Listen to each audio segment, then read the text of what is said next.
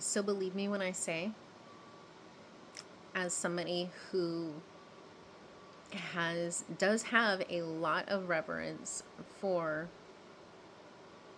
true American heroes throughout our history, especially throughout World War II, because that was a very difficult conflict for everybody involved. George Patton can suck my fat dick. He is more liked in death than he was in life. He had a very dangerous and volatile temper, and he even took it out on his own men. And I'm going to tell you about two of them right now, including using his own words on the subject. The first one, and these were during the Battle of Sicily. So the first one was a man named Charles Cool, and he was at an evac hospital and was suffering from a number of physical ailments, including on top of combat stress, which now we call, PTSD. It's also been known as shell shock. He also had high fever, diarrhea, was suffering from sepsis, and he was waiting to be evacuated to an actual hospital. And when Patton came rolling through this field hospital, he saw him. Kid was so delirious from illness that he actually told Patton that he wasn't physically wounded, that he just couldn't take the shelling anymore. And Patton slapped this kid across the face. And, I quote, "You coward, you get out of this tent. You can't stay in here with these brave, wounded Americans." And then pulled him off his chamber pot to the entrance to the hospital, threw him to the ground, and then said, "Don't admit this son of a bitch. I don't want yellow-bellied bastards like him hiding their lousy cowardice around here, stinking up this place of honor."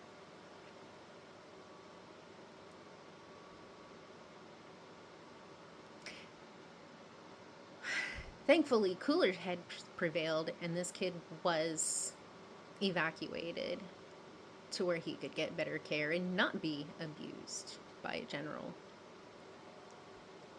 A few days after that, he encountered another soldier, Paul Bennett. He was dehydrated. He was running a fever. Carried his dead childhood friend, who was absolutely in pieces, to an aid station,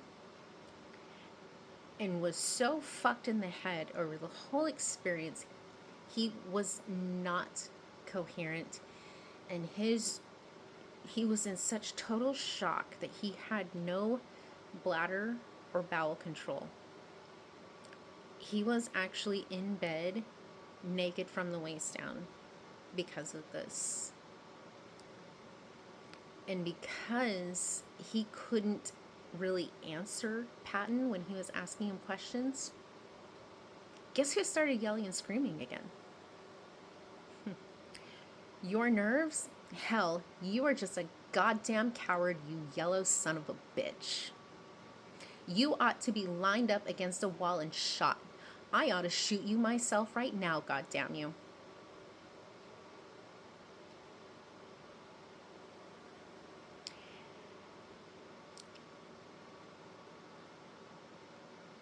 Patton punched this kid in the face. He pointed his pistol right into his forehead, pistol whipped this kid, dragged him out of bed and threw him to the ground,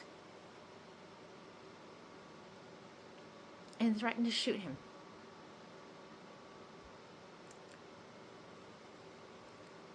And then in the next room said, I can't help it. It breaks me down to see you brave boys. It makes my blood boil to think of a yellow bastard being babied.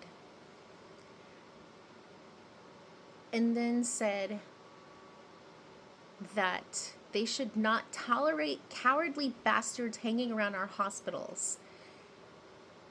And then said, we'll probably have to shoot them sometime anyway, or we'll raise a breed of morons. There's no such thing as shell shock. It's an invention of the Jews. I should mention that the kid that he just threatened to shoot was Jewish. He did not believe in PTSD. He did not believe in shell shock. He did not think it was a real thing. And he even said, it has come to my attention that a very small number of soldiers are going to the hospital on the pretext that they are nervously incapable of combat. Such men are cowards and bring discredit on the army and disgrace to their comrades, whom they heartlessly leave to endure the dangers of battle while they, themselves, use the hospital as a means of escape. You will take measures to see that such cases are not sent to the hospital, but dealt with in their units. Those who are not willing to fight will be tried by court-martial for cowardice in the face of the enemy.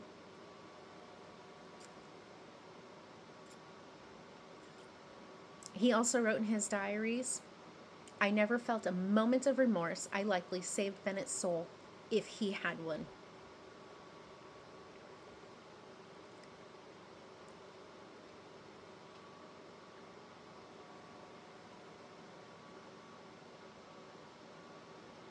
Patton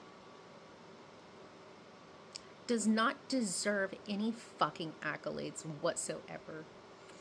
Eisenhower even made him apologize to everybody who witnessed this and to both men, which he did not give genuine apologies, if that last line is any indication. In fact, one of the doctors said that all he got was Patton trying to justify his actions, not an apology.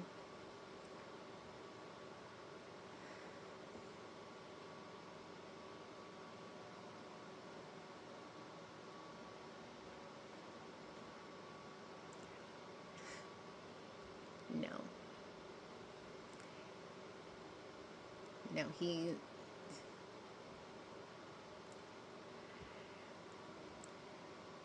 because Eisenhower actually believed in PTSD and the dangers of it if someone was kept in the field with it. Patton was actually relieved from command. He was sidelined until he was called to basically play up the fact that he was in charge of a rather large invasion fleet preparing to invade mainland Europe, when in reality he was just in charge of a decoy operation to distract the Germans from the actual D-Day prep. After the war in Europe was over, he tried to actually keep the concentration camps full of Jewish prisoners. He tried to absolve the Nazis of their crimes and even tried to keep the war going, but instead of the Germans and the Japanese against the Russians, he wanted to turn on our allies.